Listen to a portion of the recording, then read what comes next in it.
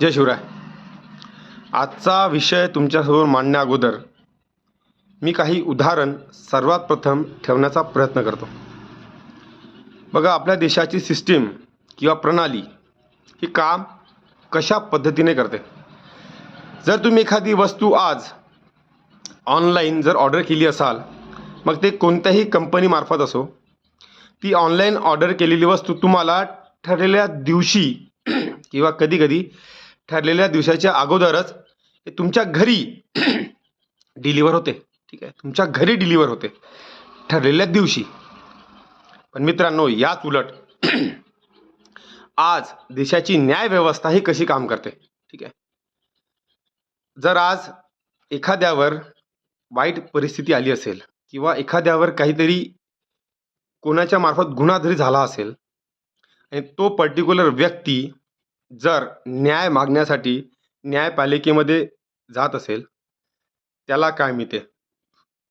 फक्त तारीखवर तारीख, तारीखवर तारीख आणि फक्त तारीखवर तारीख.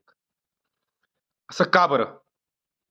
ठीक आहे, आणि म्हणून आज हा व्हिडिओच्या माध्यमातून हाच एक विषय, आपल्या देशाची न्याय व्यवस्था ही कशी फास्ट करता येईल, फास्ट, यासाठीच एक प्रयत्न म्हणून हा विषय तुमच्यासमोर मांडण्याचा एक प्रयत्न करून राहिलो. ठीक आहे, पण त्यासाठी मी 2 पत्र लिहिले आहेत.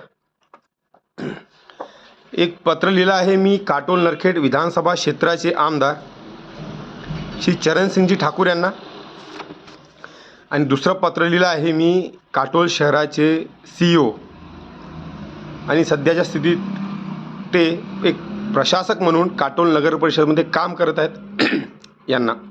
असे 2 पत्र. आणि पत्राचा विषय आहे की आपल्या शहरात किंवा काटोल नरखेड विधानसभा क्षेत्रामध्ये CCTV, संपूर्ण क्षेत्रामध्ये CCTV लावण्यात यावे याकरिता. ठीक आहे, बघा मित्रांनो, आज आपल्या देशात कठोर कायदा आहे, कठोर, प्रत्येक गुन्हेगारीवर. ठीक आहे, प्रत्येक गुन्हेगारीवर आज देशात कठोर कायदा आहे, प्लस सोबत एक न्याय व्यवस्था देखील आहे. ठीक आहे, म्हणजे जर एखाद्याने चोरी केली असेल, ती लहान असो की मोठी असो, जर एखाद्याने एखाद्या स्त्रीची अपमान केला असेल, तिची छेडखानी केली असेल किंवा बलात्कार सारखा एक वाईट अपराध केला असेल, एखाद्याने एखादा खून केला असेल, मर्डर केला असेल, आणि जर आणखी कुठे एखाद्या ठिकाणी जर अवैध धंदे देखील जर सुरू असेल, या सगळ्याच गुन्हेगारीवर आज देशात एक कठोर कायदा आहे, प्लस एक न्याय व्यवस्था आहे. ठीक आहे, पण तरीही हे गुन्हे सगळेच जे आज मी नाव घेतले आता, हे सगळेच वारंवार घडत आहेत. ठीक आहे, वारंवार रेग्युलर बेसिसवर घडत आहेत. TV मध्ये म्हणा किंवा सोशल मीडियाच्या माध्यमातून आपल्याला हे रोज पाहायला मिळते, ऐकायला मिळतात. ठीक आहे, पण असं का बरं? एवढे कायदा असून, सुव्यवस्था असून, न्याय व्यवस्था असून असे गुन्हे वारंवार का बरं घडत आहेत? ठीक आहे, आणि एखाद्यावर जर हा विषय घडत असेल तर त्याला न्याय का बरं मिळत नाही लवकर? ठीक आहे, आपल्या देशाची न्याय व्यवस्था आहे. तर मित्रांनो, जर याचा थोडासा अभ्यास जर केला तर असं दिसून पडते की पुरावे आणि सबूत वेळेवर न्यायपालिकेमध्ये पोहोचत नाही. बस एकच कारण आहे की सगळ्यांना तारीखवर तारीख का बरं मिळते. म्हणजे आज देशात 10-10 वर्षापासूनचे केसेस पेंडिंग पडल्यात. कारण एकच आहे की पुरावे नसल्यामुळे, म्हणजे वेळेवर पुरावे किंवा सबूत त्या न्यायपालिकेसमोर हजर न झाल्यामुळे केसेस पेंडिंग आहेत.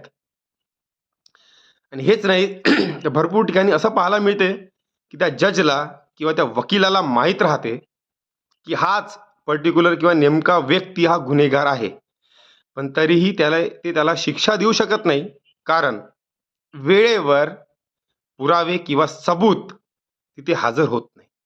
आणि याच कारणामुळे आज आपल्याला पाहायला मिळतं की तेच गुन्हेगार खुलेआम रस्त्यावर फिरताना दिसतील, गावात फिरताना दिसतील आणि गुन्हे करताना दिसतील. ठीक आहे, आणि म्हणून याच अनुषंगाने जर CCTV कॅमेरे आज प्रत्येक ठिकाणी जर लावण्यात आले तर मित्रांनो, पुरावे किंवा सबूत हे टाईमवर, वेळेवर त्या न्यायाधीशाकडे किंवा न्यायपालिकेमध्ये पोहोचतील, है ना? 100% पोहोचतील आणि लावले पाहिजे. याचं काही नुकसान नाही आहे, ठीक आहे ना? CCTV कॅमेऱ्याचे बिलकुल काहीच नुकसान नाही आहे. जर आपल्याला आपल्या क्षेत्रात काही बदल घडवून आणायचा असेल, ठीक आहे, तर हे CCTV कॅमेरे आज लावलेच पाहिजे, लावलेच पाहिजे. आणि या CCTV कॅमेऱ्याचं काही नुकसान नाही आहे, फायदाच आहे. आणि सगळ्यात जास्त फायदा कोणाला होईल? आपल्या येथील जनतेला, प्लस सगळ्यात महत्त्वाचं म्हणजे जे येथील पोलीस प्रशासक आहे, जे आपले पोलीस बांधव आहेत, यांना या CCTV कॅमेऱ्याचा सगळ्यात जास्त फायदा होणार आहे, सगळ्यात जास्त, ठीक आहे. म्हणजे आज आपल्या येथील पोलीस बांधव वेळोवेळी काही जर एखादी घटना झाली असेल तर जागोजागी CCTV फुटेज पाहण्यासाठी घुमतात. ते त्याला घुमा लागणार नाहीत, है ना? 100%.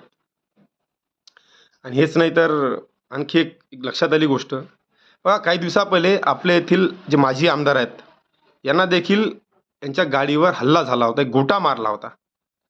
अजूनही ज्या व्यक्तीने तो गोटा मारला तो सापडलेला नाही, ठीक आहे.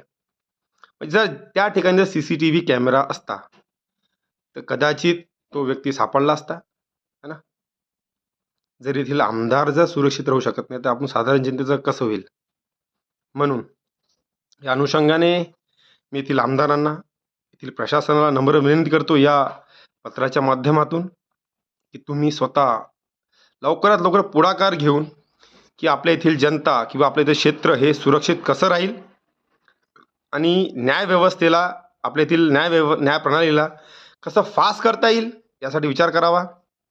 आणि हेच नाही तर यामुळे जर आपण जर सुरुवात केली हे CCTV कॅमेरे लावण्याची, तर कोणीतरी एक आदर्श म्हणून आपलं विधानसभा क्षेत्र हे आदर्श विधानसभा क्षेत्र हे ठरू शकते, है ना? की यांनी सुरुवात केली, आपण सुरुवात केली आणि याचं उदाहरण घेऊन बाकी पण करतीलच, है ना? सुरुवात होणे गरजेची आहे आणि याचा फायदाच आहे, नुकसान नाही, ठीक आहे.